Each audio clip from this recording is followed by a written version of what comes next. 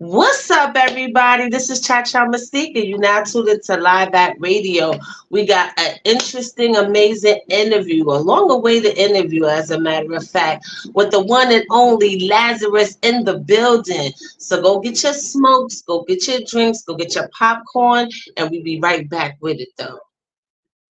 And I hear him say, and I hear him say, and I hear him say, I hear him say, and I hear him say, when they shoot. Disclaimer. Copyright disclaimer under Section 107 of the Copyright Act 1976. Allowance is made for fair use for purposes such as criticism, comment, news reporting, teaching, scholarship, and research. Fair use is a use permitted by copyright statute that might otherwise be infringing. Non-profit, educational, or personal use tips the balance in favor of fair use. So strikers, no strike me. Strikers don't strike me with your hating asses. And without any further ado, Lazarus in the building. Salute, salute, salute, everybody. What's going on, Cha Cha? What's going on? I mean, it's been a long time coming. I'm glad I finally got you on here. Yes, of course. Thank you for having me. Just been painting the town, making sure I do my numbers and my runs. Yeah, I see you. I see you. You always booking events. You got the Cinco de Mayo joint coming up. Like, what is the motivation behind why you so determined to get other people inspired?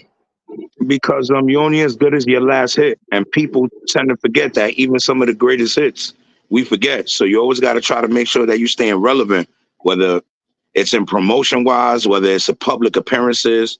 If you're a celebrity superstar artist, you should be involved in your community. I just happen to be one of those. I do all that. Yes, and I see your grind. Salute to you. So, Thank since this you. is the first time you on live, that let's get a little background from you. Of So, course. who are you? Where you from? Oh, I'm Lazarus, the top don, savior of the Bronx and savior of hip hop. If you never heard of me, I don't know, wake up or be next to your pillow or something, because everybody really know who I am. But for those that don't, I've been doing this music a long time. I'm all about the Bronx and the community. I'm from the South Bronx. I'm from the Hunts Point area, where a lot of people scared to walk through, from where hip hop started at. You know what I mean? A couple blocks from McKinley Projects, where Joe and all that, created this thing when he was the first Latino to ever get put on. You know what I mean? Yeah. So why you say you the savior of hip hop? Because hip hop was dying for a little minute. Hip hop was dying. We had a lot of people at the end of the day that was killing music and doing dope. But this drill wave and sound came up, and the people at the end of the day don't realize that we shortchanged ourselves. People have got less listening span. The listeners have a less tension span. You don't have to make sense anymore when you rhyme. There's no residuals. There's no respect. And I come from that time where it is you really had to rap, and you really had to have substance and meaning. And I feel that hip hop is like a bowl of soup. Not everybody at the end of the day knows how to make good flavor, but I damn sure do. And I make sure I'm gonna fix it. Yes. Now you also said you the savior of the Bronx. That's Why right. you say that you the savior of the Bronx, and what the Because Bronx needs saving from? okay, so I'm gonna show you the Bronx right now. Shout out to the whole Bronx. Shout out to all the pioneers, the forefathers, KRS-One, Coke La Rock, Grand Pooba, Slick Rick, all of them that originally was here. My brother Melly Mel, uh, you know, Big Pun, rest in peace. You know what I'm saying? There was just a lot of things that went on in the Bronx, right? That were left undone. After Pun died, may he rest in peace. And I'm saying there was never another Latino artist to come up and go platinum. Shout out to all my other pioneers and people there, but nobody else has gone platinum coming out the BX besides A Boogie. You understand? Which is more R&B, I consider, more melodic than being an actual master of ceremony. I am a master of ceremony. So I give you real hardcore music, and I'm a ghostwriter. I do everything English, Spanish, and R&B. And of course, a little Afro Congo and different sounds. As you get to know me, you'll see Lazarus can rhyme to anything in English or Spanish, or he can write. Right. So I've learned that what happens is there's a lot of albums that have came out, but right now they're calling us Generation X. They're saying that there's no hip hop album that has came out within the 5 boroughs that has gone platinum. And it's not just me, it's written and proven fact. Where was hip hop created? Hip hop was created in the South Bronx. All right. And people don't realize that.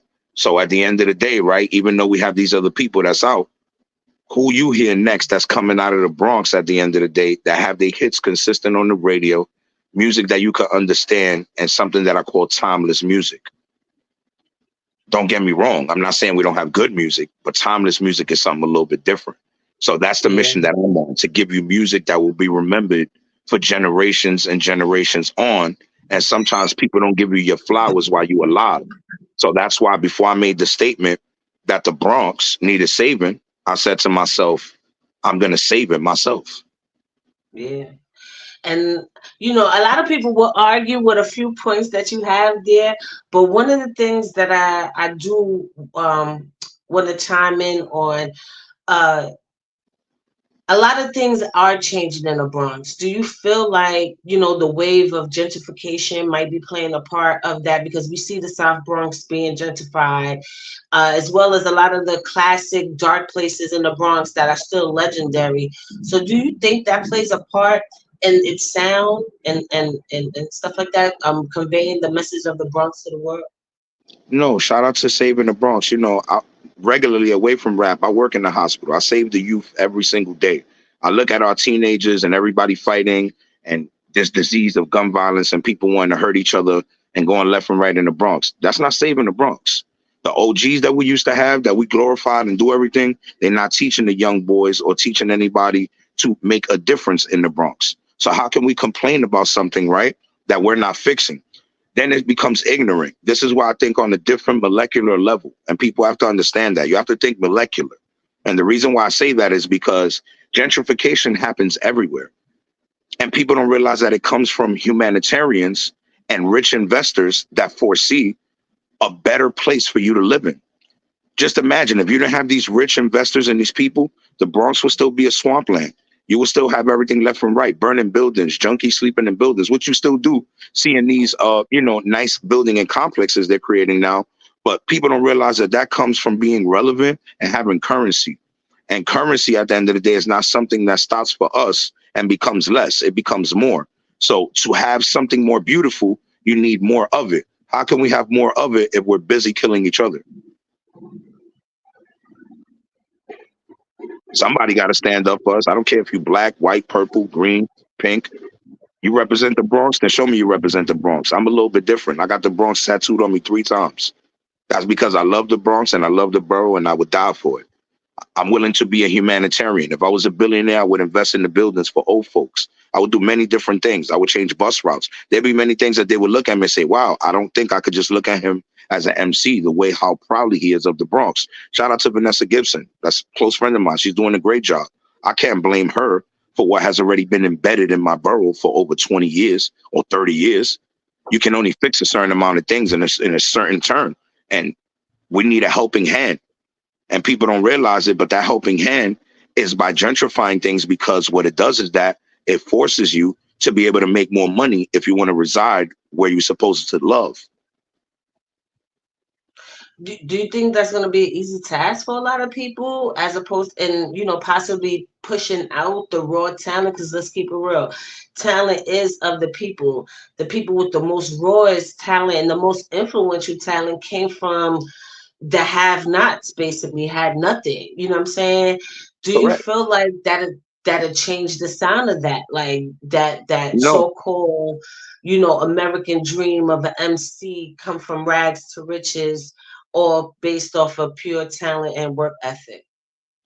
Are we gonna still have that grit in hip hop? That basically that ended 7 years ago. Why you say That that? ended 7 years ago because record labels, when you go to record labels now, you can even see even Fat Joe is talking about it. Shout out to Fat Joe, right? He's talking about how these record labels are a Ponzi scheme and Yeah. how he made over $2 million himself, but still in debt to the label. I mean, where does that work at? If y'all don't know y'all mathematics and haven't seen things, independent is the route. You can always go and become part of a label and do things right, and they'll tell you about the American dream, but they're not signing you for the American dream. There's many people I know with talent that don't have deals, but are doing everything independently and making money in the underground circuit to become part of the main circuit. The problem is that with the main circuit is that you don't need any raw talent anymore. You can be a nobody. You could be a has-been, and they will turn you into what they feel should be our generic sound. And you have to realize that this is a beautiful culture. And before the culture was transformed by who we saying is gentrifying our places, we allowed these people with money to do that by dictating at the end of the day what should be the sound of New York. Why you think we're not the mecca of hip hop no more? Atlanta took that over from us, and we allowed that to happen. This is why I tell people stop blaming other people and realize that we had everything and we let it slip out of our hands. Who's going to assume responsibility and say at the end of the day it was our own fault? We But allowed let's your music in.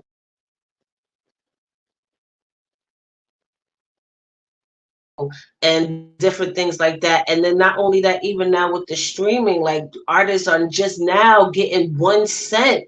So it's like, are we truly being independent? Because we, a lot of us rely on like these streaming platforms and different things to push our content out. You know what I'm saying? Whether you're a rapper or doing something else. And even that is Rape You Records. If you really look at it, like they're just now agreeing to 1 cent after everything, you put in to your creative aspects. So do you feel like artists are really independent? I feel that they are. I feel what happens is that artists lack knowledge and people are afraid to invest in themselves. The streaming business has always been into play. Sync licensing has always been into play. Music and movies has always been into play. The problem is that people don't learn the rules and regulations, how to properly register your music, how you have to realize you need your own ISRC registration number. All right. And that when you're going to these streaming services, that every time you're putting up music, that ISRC registration number is changing. So then you have to realize, blame yourself. Do you realize that the hip hop game is kind of like Wall Street? It's about stocks and bonds and leaving a paper trail. All right. So remember that these streaming services go based upon your ISRC registration number. That number is like your social security that's embedded. Every time that you basically put out a different song on TuneCore, you notice that those numbers change. Why? Because you didn't call the company and give them your original ISRC registration number. You probably didn't even know that that was your only form of social security, and that as long as that same number follows, how can they pay back a paper trail if your social security number keeps changing by 1 digit? So I blame it on the lack of knowledge. I blame it on people not wanting to spend money and learn. These publicists, these managers, these influencers, they know the keys and tools to make money. That's why they charge you for services. But And that's the difference. people do, like, especially artists talks about the whole gatekeep culture.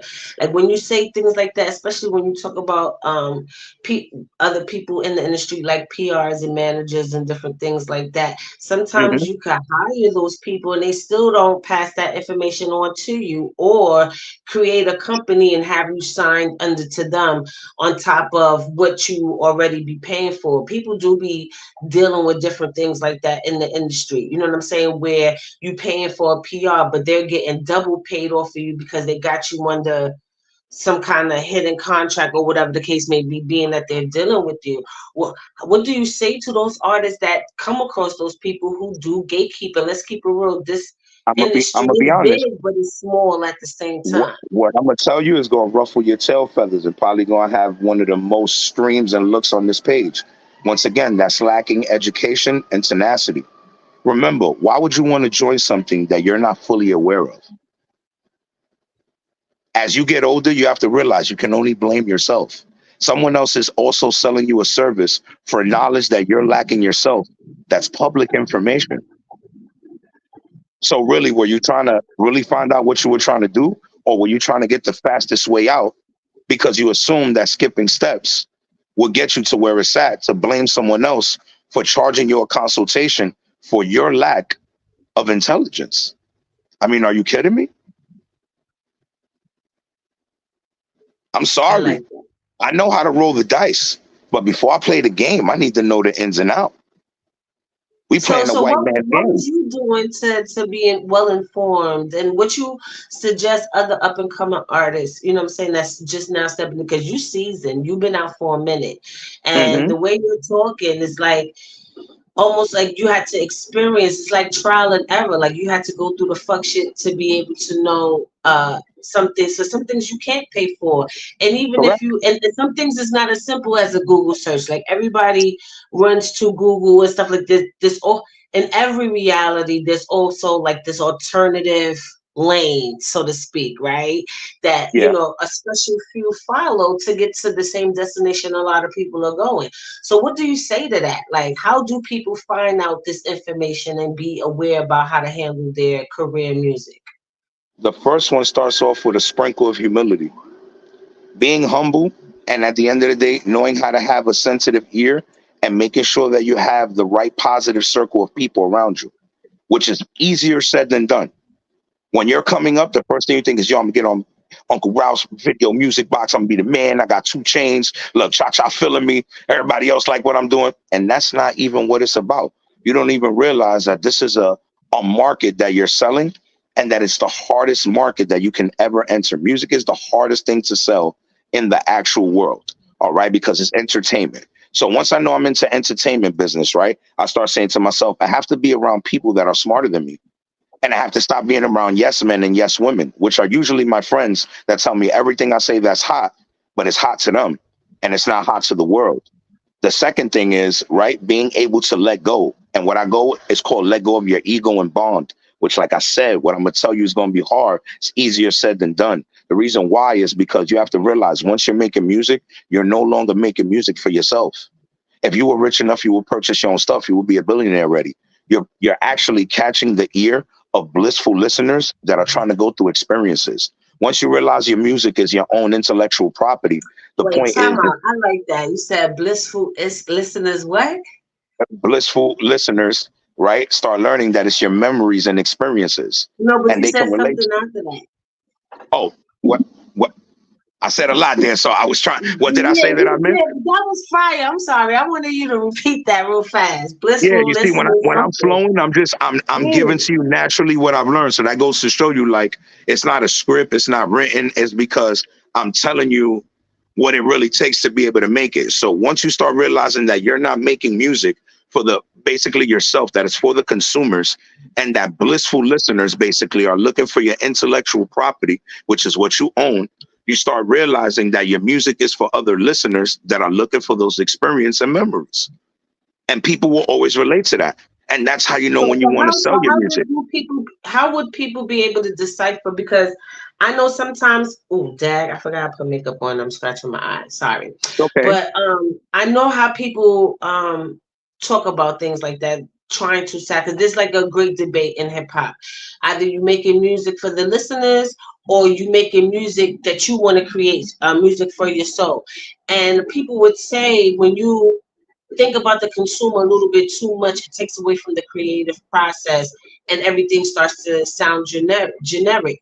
You see that not only in sound, but we were just talking about streaming services. I think Soldier Boy, his blueprint was best, like going after whatever that's trendy, tagging other motherfuckers, and since you're a part of that sound, you'll get those viewerships, so that those streams and different things like that. And then That when that we was look at it in that the was a physical, strategic move by him. Not to yeah, cut but you, but when that was a strategic move by him. But you got to realize that not everybody can follow that strategic move. You can't have a yeah, 40 but year then old it guy. shows up in the music. Before you go, I just want to say, but it shows up in the music as far as like it's sounding the same. Different things like that. Now everybody's doing everything, and it's not like when hip hop you had to be unique in order to make it here. You know what I'm saying? To be known. When you look at the golden era of hip hop, everybody was unique. It was always a different sound. Now with that blueprint, everybody's doing and sounding the same to be a part of that algorithm. So what do you say to that? Do you truly make music for the fans, or is a lack of that fucking up the culture as we see it? I think that you're answering it yourself. The lack of that at the end of the day is messing up the culture as we see it. Like I said, we already let the record label seize our opportunity and dictate what kind of sound of music should be hot. So how are you going to complain now about following a trend? You see, I'm different. I always go to the left lane. I'm left lane music. Oh, you guys are doing opera? I'm doing gospel. Y'all doing gospel? I'm doing this. Then what happens is it's called creating your own core fan base. People that want to hear what you have to say, that are purchasing your music, regardless of what it is, and knowing how to cater to the cadence and your audience. Not everybody's going to have the same audience and same crowd. Spotify and Instagram show you that already just by your analytical report. So the answers are there for people. I think now it's even easier for you to grasp who's actually listening to you. You can go to Spotify and see if you're streamed in New York, Pittsburgh, London, France, wherever it is that you might be getting listened to. So you have to cater towards those people so that way you expand your growth. Your growth is kind of like a Verizon company. You got to expand your bandwidth so that way people can want to purchase what you're selling. I hear that a And lot. that's the real truth. People always talk about the bandwidth. Now, can you break that down a little bit for my listeners who may not be aware of what you're talking about when you say bandwidth? Bandwidth is a variety in a large portion of a group that no matter what you do, they idolize you. So because they idolize you, they're going to follow every single step that you do. And they're going to cater to make sure that at the end of the day that they show you that they're loyal to your fan base. What happens is you have a lot of other people that upstream, and you might have a rapper that's 40 and he might try to come out and sound like Fabi, right? But his fan base has never heard him cater to that. But he thought that it was trendy. But the song that he came out previous before that was a hip hop gospel song that gravitated him and got him 25,000 listeners. But because he didn't listen to that and he tried to go with what's trendy, he lost that core fan base and that bandwidth of people that already believed in what he was doing, or she. So a bandwidth is basically a group of people that believe in everything that you do and support whatever you do. And your job is to make sure that you manifest that and make it become a reality. So that way people gravitate towards you when your presence is there. Well, thank you for breaking that down for me. You're welcome. So with all this knowledge that you do have of the industry so far, what made you fall in love with hip hop initially? Like coming up from the Bronx and all Hunts Point and all of that. Yeah. What made you fall in love with hip hop?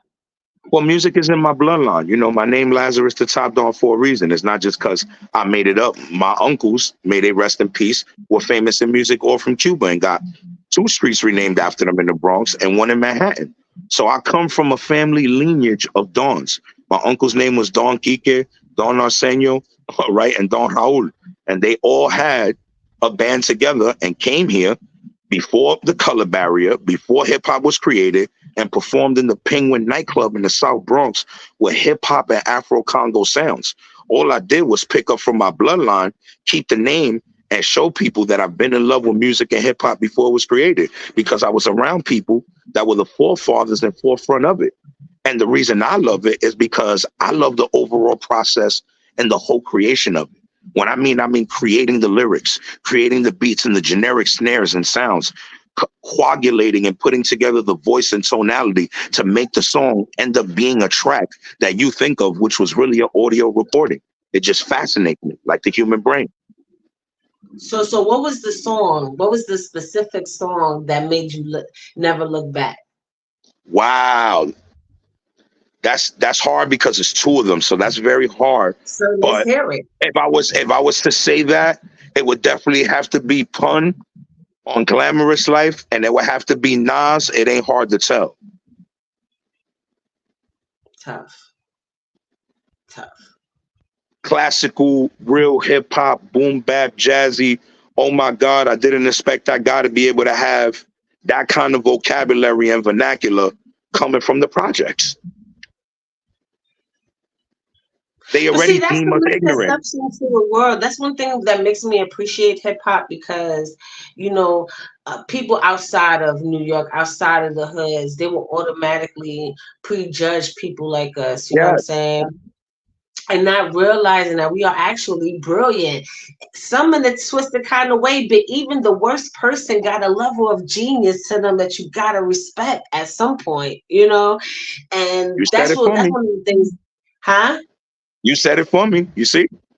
Yeah, because I just love us. You know, I love the talent us and how we able to create nothing out of something. Like you were sitting here scratching on records. Who would have thought it would be celebrated 50 years later to this day and have Shout out so to many other Grandmaster things Theodore, from yes, it the too. wizard, for creating the Yeah, scratch. and I seen you with Coke Rock. Can you tell us about your experience with him? Of course, shout out to the father And hip do you hop. believe he is the first rapper? Let's get that out the way, It, because there's it's not, been it's not, debates. it's not that I believe, is that I know. Coke been rhyming since '68. All right, so I know he's the first hip hop MC and father. Shout out to him. Shout out to my brother Lucky Bling, the infamous Amadeus. I remember, like I told you, I'm a hip hop connoisseur and pioneer, even though I'm still young and I know my work. Shout out to him and Kool Herc for originally setting the parties in the Bronx that started what hip hop was. See, the reason why you have to know that he's the first father MC is because when he was famous for what? The vocal chamber. All right. When he started the vocal chamber, he used to be the only person grabbing the microphone when Kool Herc was mixing and spitting vocals over it. So yes, he is the father of hip hop of MC and the creator along with Kool Herc, right? Not only that, I got the chance to build with the man. The man is what I call a Sierra Leone diamond, a one of a kind, a golden heart, an amazing person to learn from. I actually have a song with Coke Rock. So I make sure that I go down in hip hop history, unlike everybody else that just knew he was there, but wasn't trying to give the man flowers that invented you picking up a microphone.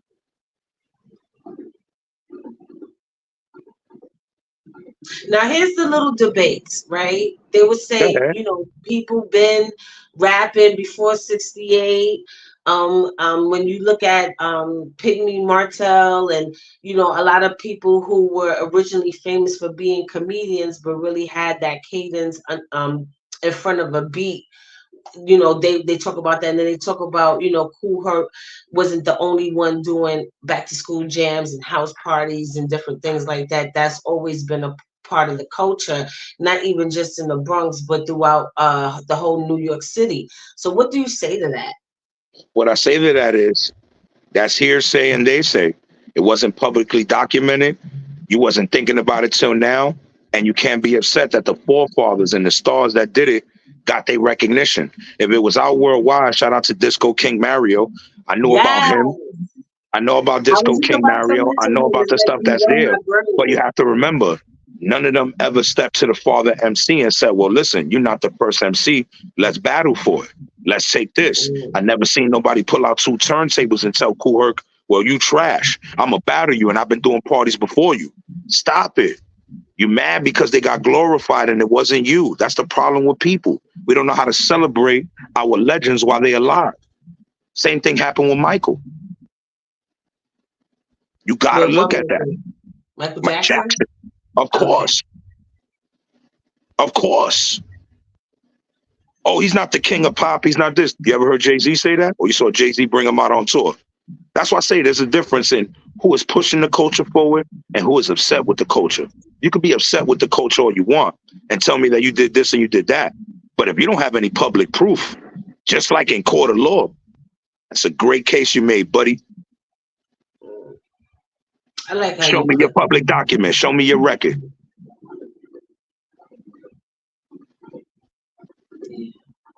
I get that. So what is one of the most memorable moments you have? Because I see you not only just with Coke Rock, but a lot of legends throughout your career. You've done a lot of great performances as well. What's Yeah. some of your memorable moments and with whom? Wow. One of my most memorable moments is getting an interview by Big Daddy Kane himself. Shout out to him and Rock the Bells and Sirius XM.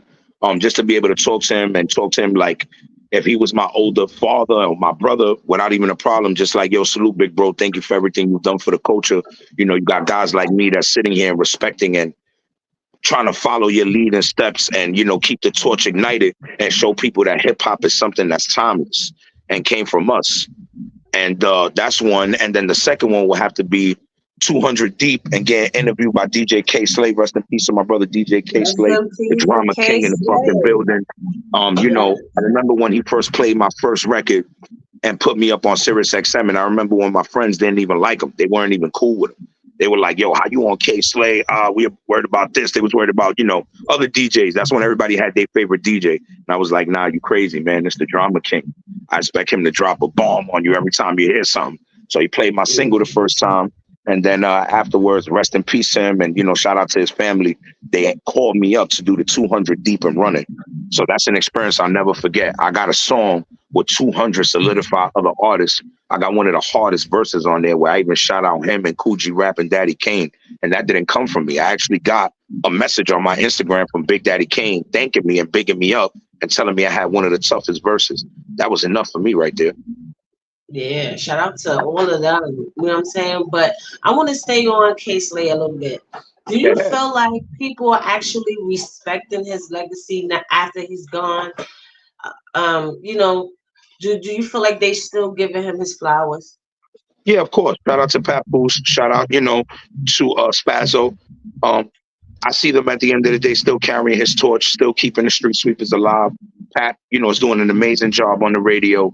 They have a new, basically a new memorial that they're doing for him. They also have right now, in the summertime, they usually do a party, basically for him and shedding him love and his family. Yeah, sorry, I don't mean to cut you off, but yeah, shout out to the Voice of Harlem. He will be doing the K Slay and the Black Rob joint. He's been doing the Black Rob joint for the past 3 years now, and he's gonna do the Voice of Harlem. K-Slay that's my friend. Yeah, shout out to the Voice of Harlem. I'll be there with him. You know what I mean? And shout out to Black Rob. I'm gonna be there too. I'm gonna definitely see you there. I'm gonna definitely see you. Rest in peace to Black Rob. I was the last person to perform with him and Cuban Link when we performed in Brooklyn before he passed away at my bro Christopher Wild's parties. Wow. Maybe I need to hit you up because I'm working on the Black Rob documentary now. And I've been working on it for the past 3 years. So it's so much fun. Shout out to Black Rob. Yeah, shout out to the whole block. I'm from Spanish Harlem too. So it's a little, different. Shout out to UFO Feeve too, because we all in the same. Shout out to Feeve. Feeve is family. See all the people you're naming, that's all family. Yeah. So we probably family. We probably figured it out too. Yeah, but yeah, definitely shout out to the East Side. And D-Dep. And I gotta say this on the radio. Welcome home to G-Dep. Yes. Welcome home, G-Dep. Yeah, special delivery. That's the bro. I got to meet him in real life too. The same building. We from me and G-Dep from the same building. So I'm glad he's home. Yeah, me too. I hope he get back to the microphone. I think he's already been on the microphone. He's been posting music. I think somebody been recording his voice through the phone calls, and then they've been putting music behind him. So yeah, that's and dope. He got some new stuff that sounds really great. So and he sounds real vibrant. So yeah, shout out to. Gotta check it. Shout out to G-Dep. Yeah. Okay, so back to you, Lazaris. So we was talking about your career and things in the industry and stuff like that. I think the last thing that you was talking about was like, a lot of people in hip hop, they probably mad about, their position in it because they don't solidify their spot in history when it comes to hip hop. I think that's where we left off before we went there. What are some of the things that you do for your career? And you don't have to give us the whole blueprint because I know you can't tell everybody what you're doing, but let's get like a little general thing. Can we get 2 or 3 general things that make sure you're out here in these streets, Lazaris? Yeah, sure. Being known in every venue or spot at the world and having everybody know that when I come with a cadence that I'm here to destroy the microphone. And have everybody know that basically I'm going to put an ongoing great performance no matter who's in front of the crowd. That's number one. Being able to open up for other legendary artists when they ask you is a blessing. That's number 2. Number 3, at the end of the day, I'm one of the only artists I know. I have 3 statues made of me in the Bronx by John Ahern from Wild Style and Hip Hop. I mean, if you know anything about hip hop, you know about the vandals and graffiti, and you know about sculptors that used to make sculptures on your building. When you have somebody like that call you at my age and how young I am in hip hop, it means either you're a legend or you're working really hard the way you're at, and your spot is more than likely solidified. Yeah. That's just 3 things there. The 4th thing I'm gonna give them, I'm not gonna give you 5, I'm gonna give you 4. The 4th thing is being the industry go-to guy. A lot of these people I see that are here, I've helped them with services, I've done this, I've done that. I never say nothing. I stay humble and blissful and know that my chance is coming. And I realized that sometimes when you have the knowledge that I have, it becomes a threat to other people that you're around. So you can't surface as much. And they will try to underground you. But I'm one of those that I'm like an armadillo. You can't underground me. The infamous, you brought his name up earlier. Shout out to him. He was on the show and he was saying that too, like being multi-talented, like, you know, looking for the lack and then filling that void type of thing. You know what I'm saying? And I get Correct. those same words from you just saying it a little different, you know, and yeah, you gotta have like more than one hats in this industry to really truly be afloat and people really recognize who you are. That's a whole fact. That's amazing by you as an interviewer. Shout out to you because, you know, you connected the dots there. You know, me and him, we part of the rap super group, The Army. You know, I've had production from him. I know what it is to be signed to my friend on a label and come out and make a gold album. You know what I mean? Like, it's a big difference. And what happens is he's one of the masters and people I've been around that I learned from. You understand? And sometimes when you learn from these masters and you put them all together, the combination becomes ill. And that's what wound up happening to me, to be honest. Yeah, looking up with the right people. I think that's another form of advice that people need to get there. Like, your network is your net worth, and it's not even just knowing the people, the caliber of person. Because a lot of people, let's keep it real, and be in this industry and talk so much shit, but barely produce anything.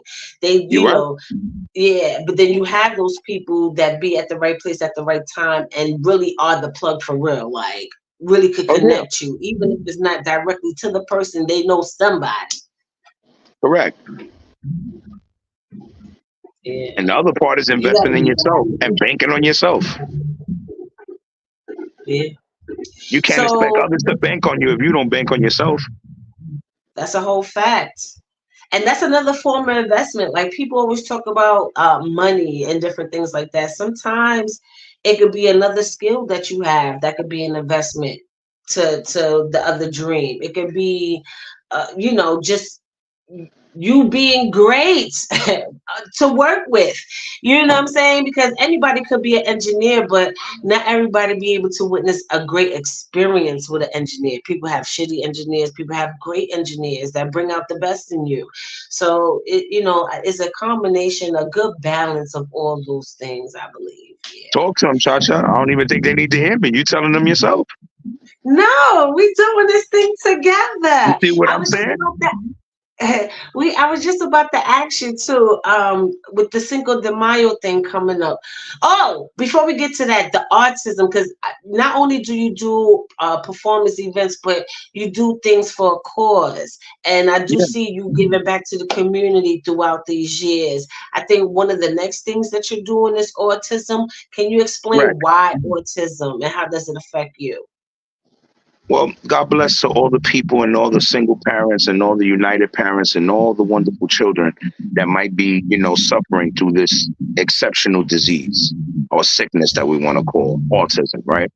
So a lot of people don't really look at it, but a lot of autistic people are geniuses, all right, and tend to be smarter than us because the brain capacity is moving at a velocity and speed that we can't understand yet, right? So what happens is people fear the unknown instead of embracing and trying to learn from the unknown and saying, what can we do about it, instead of snarling about it. So my whole thing is, if I'm a public figure, if I'm someone that other people want to pay and use and try to use to market and use everything for themselves, why won't I do it for a sickness that could be affecting millions of children that could have even been myself or maybe my children in the future, God forbid, you understand what I'm saying? And put out for a happy cause instead of worrying about receiving currency. You see, when you bless from God and you bless other people, the blessings come back to you times 2 because you were never seeking them. You understand? And that's what happens with me. When I see something, I know what it's like. I have an autistic nephew. I have an autistic niece. Sometimes we don't put out our information to people, but you don't know if we're battling or struggling with that. Or I might know an independent father that his son has that we were friends since high school. And if I can find a way to publicly help him by putting it out to the world and giving him an answer instead of trying to drain his pockets, then am I not doing my due diligence as a public figure, as a celebrity? How can I have the people who want to love me and establish me if I don't even care about them and their own concerns? Man, I'm giving y'all the secret sauce here. I hope y'all ready for the burger. That's a fact.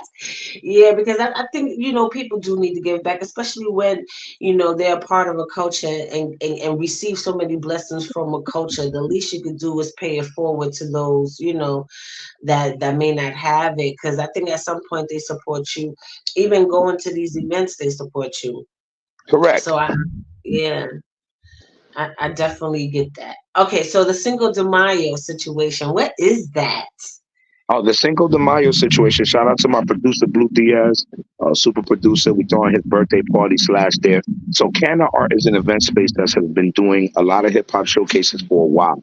Sometimes people don't know it because, not everybody's connected amongst each other and they just think of a showcase because of the promoter or what it is. But this to me is one of the landmarks of the actual Bronx. Cinco de Mayo is a part where we're letting people come. Shout out to the amazing DJ Lou Banger. Shout out to Cypher City TV. Shout out to the Blockwork General and everybody that's involved with the project. They're giving you a chance to come and Cypher. We had just came back from K Shark and doing the K Shark Cypher, best of the best. Shout out my brother Maury Hayes. I took part in that. Of course, I had to come and kill it fresh out of there. And what I liked was that there was a group on Instagram and we kept it together and all these people noticed the different talents in hip hop that we have. And we said, we're going to decide to make a super effective event plan and party that can basically benefit everyone. So there will be a cypher, one take cypher, which is what I like. So that means after one take, if you mumble, you gossip, even if you fart wrong, you understand what I'm saying? You lost your turn. So it kind of gives a wake-up call on how nice on your senses can you really go with your skills and talent. Then after that, you have a chance to be able to perform and battle against other people for a grand prize of $1,000 or $2,000. I mean, yeah, that filters out the bullshitters. But go ahead. There you go. You said it for me. We kind of weeded out the grass and kind of planted as much that was needed. Yeah. And I like it. I like that you give other opportunities for up and coming rappers to come and showcase their talent. And I felt like that's what's lost because you brought up earlier, the radio. You know what I'm saying? And I say this all the time. Real hip hop is dead on the radio. A lot of people would say that. I got that from, Rockin' This Monster. Shout out to Helter Skelter. And oh my God, shout out to my big brother. That's the bro too. Yeah, and I repeat that often, you know what I'm saying? Because we look at streams and radio plays and stuff like that, and I realizing there's also a part where they program the listeners to want that music, in rotation after a while. Because, a lot of stuff that it be trash, but after a while, because you hear it so much, you start singing to it. So what do you say to that? And how do we balance that out? I say that you need a machine behind you, a mechanical engineer that knows how to gravitate to the sounds of the listeners while still manipulating the system. Right now, I got a single out right now. My single's called Street Legend, straight hip hop bars. It's getting played on High 97 and 105 right now, next to Sirius Satellite, right? So I'm showing people that you don't have to stay in the lane to be trendy to get your music heard on radio. You can be able to force these DJs at the end of the day when there's enough demand from the people once they like your songs. That's the honest truth. Yeah. So I don't blame that nobody hears public radio no more. No, what happens is in New York, we don't listen to public radio. When you go to other states, when you go down south, when you go upstate, when you go north at the end of the day, right? There's people that are tuning into these radio stations. The problem is, do you know the proper information? How much do you get paid when your song gets played on Power 105 or High 97? If the rapper can answer that for me, then I can continue to speak with him. That means that he's on the molecular level I'm on. And you will realize that you don't get paid that much for being on the most popular stations. You actually get paid the most for being on Sirius XM. Do you realize why that is? I want to ask Cha-Cha a question. Do you know why that is, Cha-Cha? I don't know why that is. I'm gonna make you laugh because the people that are on Sirius XM are monthly subscribers that are paying their Mm. hard-earned $7.99, $8.99, $11.99, and go, I got 4 kids and I live in Alabama, man. I'm gonna make these $12 work that you charging me every goddamn day. It's And the people don't grown realize it. folks. That's what I'm And trying to and that explain. and that's who's also that's the demographic who's also listening to these radio stations outside of XM in their cars to have a lot of this stuff still being relevant to this day. If it wasn't for the 30 somethings and over, people who actually own cars and different things like that, even that form of music on the radio will be dead too. I'm trying to remember her name. There's a famous little girl who's a hip hop historian. Her father is like a millionaire, almost a billionaire. She buys a lot of people's albums. She was on the Ebro show, right? And they asked her, what's one of the reasons why you buy music? And what will make you buy the music? What you think was her answer? To have it physically, That's what I because thought. Her answer was the cover art. The reason why the cover art can show you how artistic the artist is and where they're painting their vision. That right there changed my whole outlook on music once I heard that. yeah. Yeah, because I feel like artists are multi-talented. Like even if you are a genius at the piano, you know how to play the drums or something like that. Even if you don't know how to draw, it's some type of imagery or genius that's going on in your head for you to even convey that message or that idea to actually be actualized. And Correct. I don't know. That's why I said I look at like these artists, even Biggie, like when he's talking about thesis, like you have to go to college. Like people get asked to write thesis when they in college for a paper and shit like that. Here comes this cockeyed nigga from Brooklyn saying that in his bars, and everybody think it almost inspires you to want to do better or be in that lane because of the vernacular and the vocabulary that comes along with people who get prejudged or supposedly ain't shit. I don't know. Us as the people, right, and the culture coming from who we are, the African and American woman, Latino and black man, all we can do is educate ourselves because that's what they wanted to keep from us. And by empowering one another, will show us how to educate one another. Yeah. And it'll trickle to our kids too. Correct. The domino effect. Yeah. That's a whole fact. Now, earlier you brought up, the Afro beats and being multi-talented like that. We heard like a few months ago, I think even like in the late 2023, how they was saying that music labels want to further push Afro beats and stuff like that and ahead of hip hop. People talking about the dwindling sales in hip hop, different things like that. Do you feel like it's because they're following the money, or is a conscious decision to dim out or drown out hip hop as a culture as opposed as just being music? It's just about following the money. For these critics and acclaimed people, most of them don't really know anything about music. They know more marketing skills and intelligence and numbers and how to invest into people and how much it will cost them and them making back whatever they originally spent along with some incentives. Just think about it. So Right now in Saudi Arabia, hip hop is huge compared to what it is over here because those people haven't heard some of the music that we have over here. So they're willing to be open and listen to. New York and the United States has already heard most of the greatest stories ever told. And in that genre of hip hop. So what do? To be able to become trendy and make something that's popular, you substitute that and make a whole new subject and form that people want to listen to because you don't know what forms of songs are going to come out with those styles. This is why they believe it's a Ponzi scheme. yeah, I think it's a little both. I really believe it's a little bit of both. I think, and even with the drowning out of it's saying that hip hop is not making as much, but I think a lot of that shit was purposeful too, especially with the quality of music that was really being pushed out there. You know what I'm saying? That was a part of the whole play too. to reduce the record sales and then glorify something else. But I I think agree. hip hop will always be here to stay, though. Me I too. just, yeah, it's my culture. You can't just, throw away something Come like on, that. It's too If Nas said hip hop is dead, you know, I said it never died. It was in the back of my head. That's how I feel. yeah, that's how I feel too.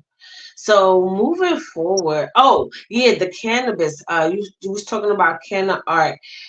And we know that, weed has always been a part of hip hop since forever. You know what I'm saying? Now we're starting to see politicians, release people.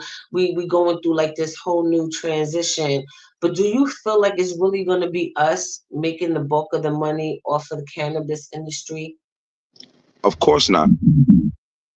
They took something from us that was illegal that they used to incarcerate us for and started realizing that it deems them to pay more money because it costs the state of New York and the federal institutions more money to find you a bed in jail than to place you inside of a medicated program that they make money off of.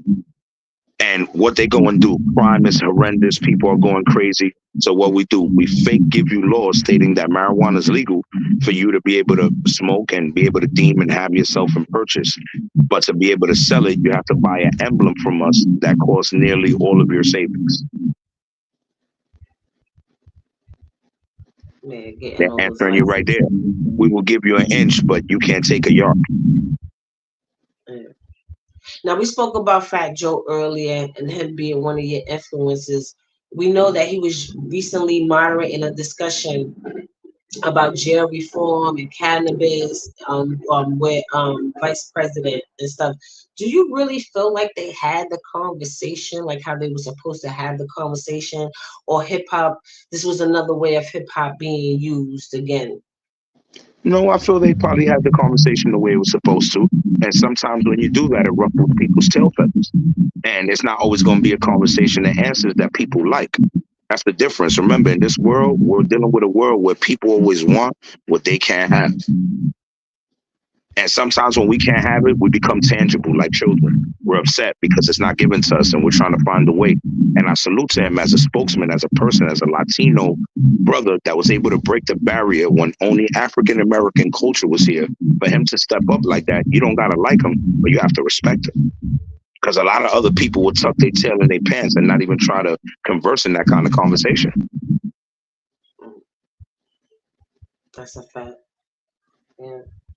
But I just hope they had the conversation. I didn't really see it. That's why I wanted to get your intake on it.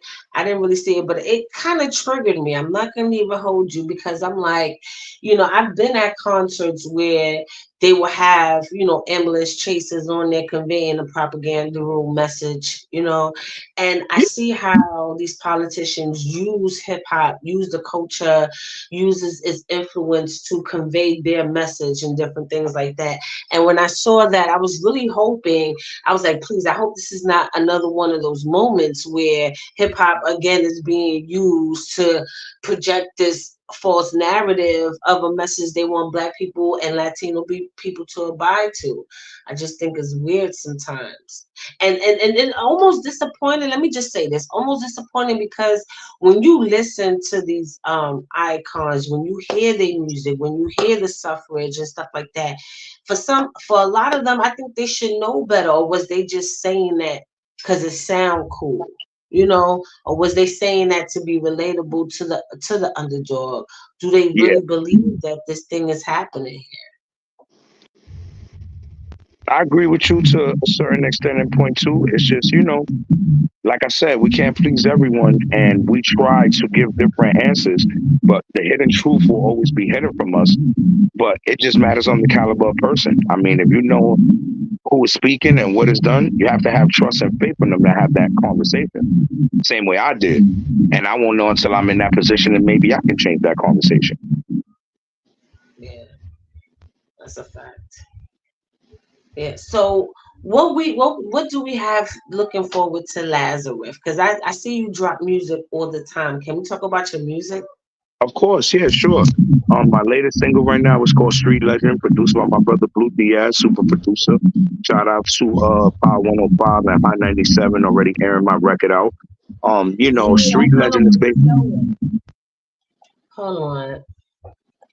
Go ahead, finish talking. All right, basically that right there, Street Legend just kind of let the world know that I'm solidified in the streets, that I'm legendary in everything that I do. So of course it's only right that they give me my platinum plaques and my crown.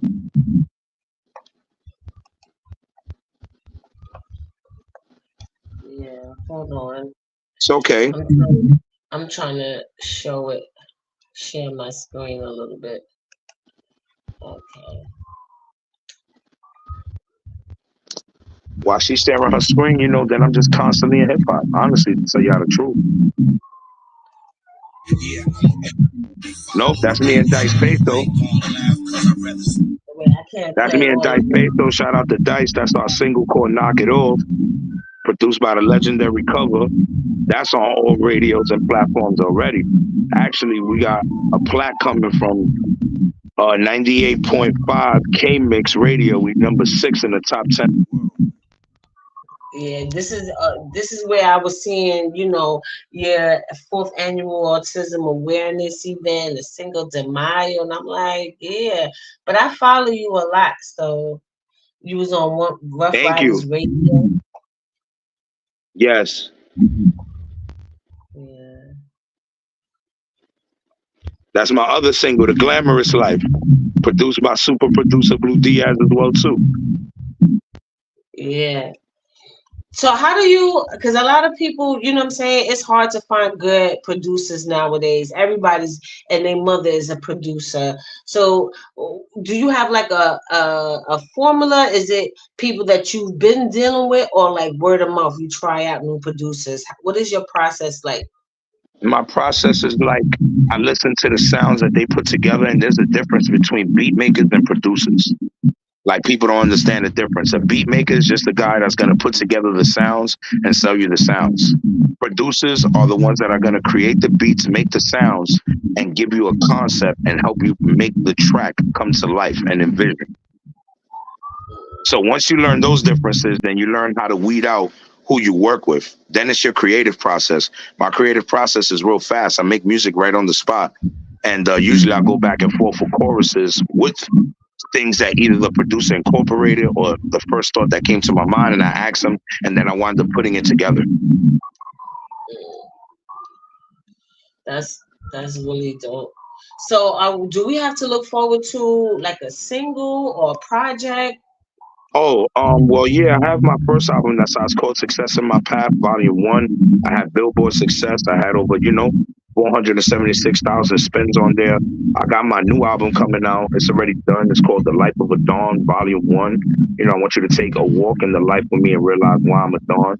The first Volume 1 out of a chapter. It also will be coming with a DVD and a book. The book I wrote is to the men, is to create and show you how to become a better man in life. So Wow, I you decided even to got do the that. blueprint to be the man. I mean, Okay. things What happen. do you feel like men are lacking these days? I mean, there's a bunch of different things: knowledgeability, self-awareness, knowing how to empower other men. For all the guys that's out there, I have the first ever male empowerment group.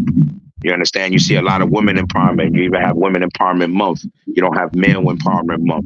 I'm one of those people that plan to change that because I know a lot of males that are very resourceful, but there's a difference in being resourceful and being prideful. Sometimes us being prideful, we won't share knowledge to empower another brother, another parent, someone else, and that's where we have to let things go. Hmm. I feel that, and I think a lot of men need to go through an ego death. I think that's where we at in history, in human That's the history. secret. That's part of the book. You see what I'm saying? Mm, yeah, but because there will be a lot of ego. How are you able to manage that? What are the things that you know within you that's going to be able to know that you're going to be able to manage those times where when you are trying to influence other men or teach other men, because let's keep it real, a lot of men walk around here thinking they don't know everything. So, or even if they allow people to enter their space, or they're entering a new space of knowledge, they still got that thing like, oh, I know this, I know that. So how do you handle a situation like that, The managing first one ego? is the first one is you will have to take a course, and the course is called belly control. You see, systematically as people, we let words affect us. What comes from our core is our stomach, right? So at the end of the day, coming from your stomach, you have to be able to know how to be able to hold like a preserved tank before you dish out. I've studied this on many times. I've studied many different courses, many different interactions, and knowing what it is to go back and forth with a human being and not letting them take me out of my context. What happens is when you get taken out of your context, you fall off of your game. So you're not completing your task at hand. Without completing your task at hand, you'll never reach your goal. As long as you keep your focus and you reach your goal, then you'll always handle the task at hand. You have to realize that that comes with haters, lovers, undercover brothers, people that don't like you, people that want to fight you, and people that want to be like you but can't explain that to you.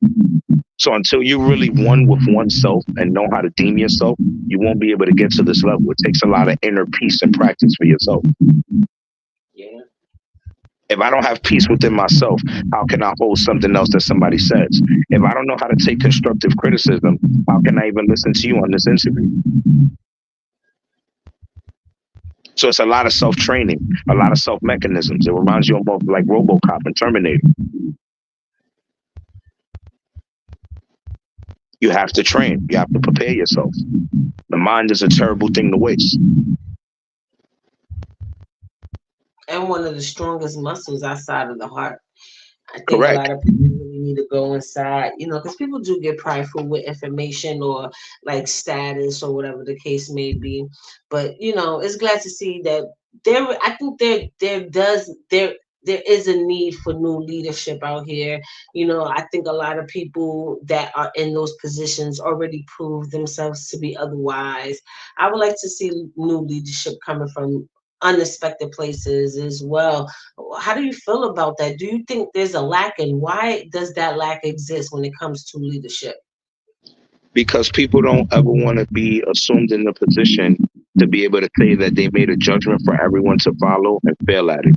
Most people would rather point the finger at someone else and say, I'm not in the leader position, but I followed him and he's the one who led us into a war, instead of trying to empower the person, learn from the person, and work together as a team. So that way you have a team effort when the leader at the end of the day strikes a counter move. Life is chess, I not like checkers. that. Chess, not checkers, goddamn it. People often play chess. They talking about king mean when they don't have the right people protecting them. I Correct. don't know. And for the people that want to know tonight, right after I'm off this interview, I'll be headed over to Evo Lounge, 1306 Union Port Road, and I will be destroying the microphone with my sister Kalia Clark at Street Media and my brother, the Oh, original shout cover. out to Who's Let's get it. Styling Who. Yeah, You shout out to already Who's know. Styling Who. I already know Kalia. That's the sis. Yeah. That's I'm right. not gonna make it, but give her hugs and kisses for me. I gotta pull up on her one day. I Yeah, so definitely I'm will. not gonna hold you up a little bit too more. I just kind of want to touch on hot topics before we leave. We Okay. see a lot of things that's happening in the media with Puff. Misa Hilton just posted Oh, did he? unseen footage. No Diddy. We see Stevie J, standing beside him. How do you feel about all this Shout out. and First all off, this shout out to information? Stevie J, because Stevie J is family at the end of the day, and Stevie's a loyal bro. So I understand what it's like. Sometimes it's like battleship. When the leader goes down, the whole cavalry goes with him. You understand what I'm saying? So I won't make a judgment on Stevie and Diddy. At the end of the day, this is not like it's something new. Now, I mean, everybody's acting like it's something new when it's starting to surface and come out. A lot of people know when you have money, you can either make things go away or close doors. Me, I'm from Cuba. I've seen some of the worst things happen in the world, and my government go, hey, I've never seen anything. And that's my answer to that. Yeah. I think I hope this change. This is just my hopes and dreams of the culture, especially since we were just talking about men. Because let's keep it real. Like when you look at R. Kelly, when you look at Puff now, when you look at even with Bill Cosby and everything like that, like the number one reason a lot of these motherfuckers is getting caught up because of they dicks. When you really look at it, all because of they dicks. So do you feel like this is going to change the mentality of men when dealing with either relationships or even situationships with women? I don't think so, because at the end of the day, we still fall dormant to the same thing, regardless of what. So it matters on how you swing it and jingle before you can handle your tingle. And that's the honest truth. Pause. No homo for all those dudes here that be thinking that. You know what I mean? You got to realize, know what you're getting yourself into and what position. You have to realize that just like people here from the Garden of Eden, that Eve made us eat the golden fruit, that women are part of our rib, right? So at the end of the day, we know what we do. We can't use them as pawns when they are the creators of life. And we can't try to use, right, our body parts at the end of the day to be able to move us forward. Women do it the same exact way. So the only thing that's happening is a cycle. It's not going to stop until people learn how to separate love from lust and conviction. And how can we do that when these are things that already are out there from the Almighty himself and from the man downstairs? So like I say, it's choices that we make at the end of the day. We know what choices we make as adults. Yeah, but we certain choices are influenced. You know what I'm saying? And If you, even though puffing them are influential now, it was at a point where somebody influenced them. And I feel like, when we enter this realm, people pick up bad habits because we're around people that, we then turn that into means you're a members. follower. Then you're Yeah, answering my question. That means you're a follower and not a leader. Leaders don't pick up a stray and pick up habits from other people. They leave a memorable moment so people want to follow them. That's why I've been a leader my whole life. We go left lane. Y'all doing this, we doing that. And I believe, some people are weak-minded and feeble and portray an image. If you're not strong mentally, you're not strong physically. I would love one of those guys to try and pull one of those on me. I would laugh. They'd be like, wow, this guy right here, he was really strong.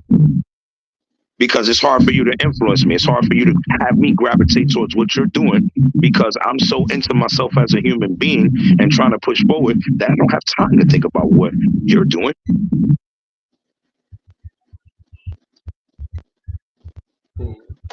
I can see that.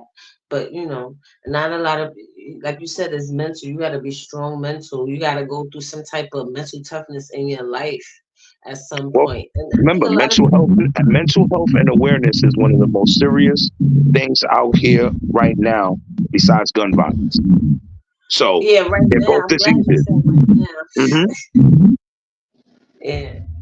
But we got to be careful with that too, because sometimes they weaponize that mental health situation, especially you are when you do go left as opposed to right. You know what I'm saying? We see that a Correct. lot of times where people are not the sheep, not a part of the herd, and because they were brave enough to not be that, they were called crazy and thrown that mental health situation. But there is a flip side where there's actual people who went through a severe amount of trauma and do need help.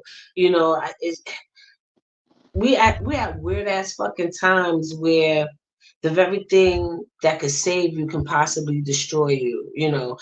That kind of thing.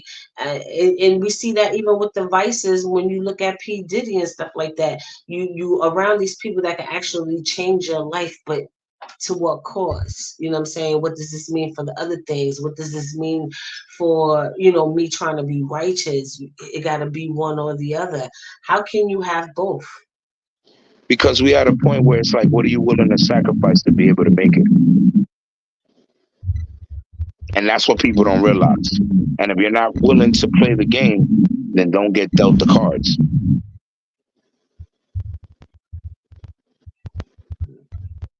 I feel that. So what are you willing to sacrifice for to have it all in the hip hop game? Any and everything. And when I say that, any and everything, I'm sacrificing my intellectual properties, my time, my energy, my fellowship, my dedication, my craft, and my loyalty. Because sometimes you have friends, you have people in your life that don't realize you're so dedicated to wanting to put out something that's a hit, or have people lean on you, that you don't have time or have complacent space to be able to even deal with them.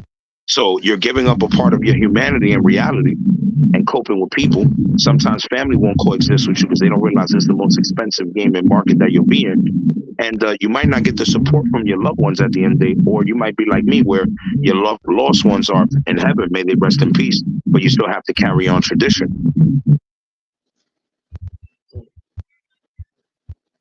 So my sacrifice already happened without But me wanting it. there's levels to it. I know you're gonna come to a point where, you're gonna be close enough to where somebody's gonna ask you to sacrifice something else. Would you, or you feel like you already sacrificed enough? I would laugh at them and tell them I have nothing of value for you, because all the loved ones and people that I had are not here and passed away naturally. So I don't need that. And then the next thing I tell them, if you can change my life in a circumstance, then why is it that you don't have it right now? You see, I'm a little bit different. Unlike everybody else, I draw them closer. I'm not afraid of anything. I like that. I like that a lot. Like, you got me opened up to a lot of other thought process when it comes to this game, I'm and I glad. salute you, Lazarus. I really do. I really do. Thank you. I'm glad. I'm glad I'm able to do that. Yeah. So we're about to wrap this thing up because I don't want to hold you any longer. Okay. But before we go, I definitely want to give you your flowers. Thank you. Trust me, this interview should have been happened. There's plenty of times where we was in the same spaces together. But ain't no better time like now. And I truly appreciate the fact that you came up on here. I've really been watching your grind throughout the years. And as a matter of fact, Thank you. this is my anniversary episode. Oh, Seven let's years. get it. Happy anniversary. Yeah. 7 years ago today was the birth of Live at Radio, and I'm glad that I was able to share this moment with you. So Of before course. we go, is there any last messages or anything like that you want to say, or put us up on what you got going on next? Of course, next, tonight I'll be at Evo Lounge, 1306 Union Port Road, performing, of course, with Street Media, my brother Cover. Come, watch me do my singles, Street Legend, and my other single called Glamorous Life, produced by, Blue Diaz. Look forward towards my album coming, The Life of a Dawn, Volume 1, and then my surprise album that's coming out, collaboration with me and Blue Diaz, called Red and Blue Visions. It's going to be an LP that we put in together, and I want to give a shout out to my man Oski, the man, also disrespectful. Shout out to Cha Cha, of course, for giving me the interview. And I just want to say to all the family and all the listeners and dedicated and the people that support me, thank you. I appreciate y'all for, representing me, Lazarus, to Top Down as a brand, and my label, Top Down Empire. And I just want to say, before we execute and blame people, let's unite each other and use each other as weapons against anything formed against us. Yes. Yes, I truly appreciate that. Shout out to you, and I see you Thank you. next. And shout out to Blue Diaz. I didn't realize who you was talking about until just now. But shout out Yeah. to him too. Yeah. Yeah. Shout out to, and I see you next time, I Lazarus. see The you next top. time. The love and blessings to everybody. Yeah. Yes, y'all. Another amazing, amazing interview with Lazarus, the top Don. Don't get it twisted. Yes. And shout out to, this is a special shout out to all of you guys. Shout out to everybody who has ever supported Live at Radio. Shout out to all the fans. Shout out to all the managers, all the PRs, all the artists themselves that, you know, share their time and energy to step foot on my platform, from the unsigned artists all the way to all the legends that I was blessed enough to be in their presence, and they was blessed enough to agree to come to mine. This last 7 years has been nothing short of amazing. I learned so much. One of the main things I've learned was how to build. And I keep saying your network is your network. That's why I'm always outside. That's why I'm always at certain places and different things, because it just doesn't stop here. God didn't bring me this far just to leave me this far. There's so much more from Live at Radio that I cannot wait to share with you guys. And once again, I am truly amazed. If you ever stream me on YouTube, Apple Podcasts, I don't know, all the streaming podcasts. I know I'm on Apple, StreamYard, this, that, and third. If you ever liked or reshare my posts on social media, whether it's Twitter, Instagram, Facebook, wherever you saw live at and you gave me a like or share or a comment, trust me, you have no idea how much that means to me. And if you were ever a legend, icon, business person, rapper, entrepreneur that took time and energy to converse with me on my platform, salute. Y'all are the true MVPs. And to the fans, I'm nothing without you guys. And y'all make me want to keep pushing the culture as well as my career forward. And with that being said, the best is yet to come. And I see you guys next time. Yes. Sorry, guys. My fucking mouse. I'm trying to close out the goddamn thing. Oh, and welcome home, G Dep. Rest in peace, Black Rob. The new trailer for the Black Rob documentary that I've been working on for the past 3 years is gonna drop April 12th on his anniversary date. And yeah, there's more content to shoot and look forward to with that one. So I thank you for being patient, but trust me, the wait will not be in vain and it be worth it. Trust me. Later.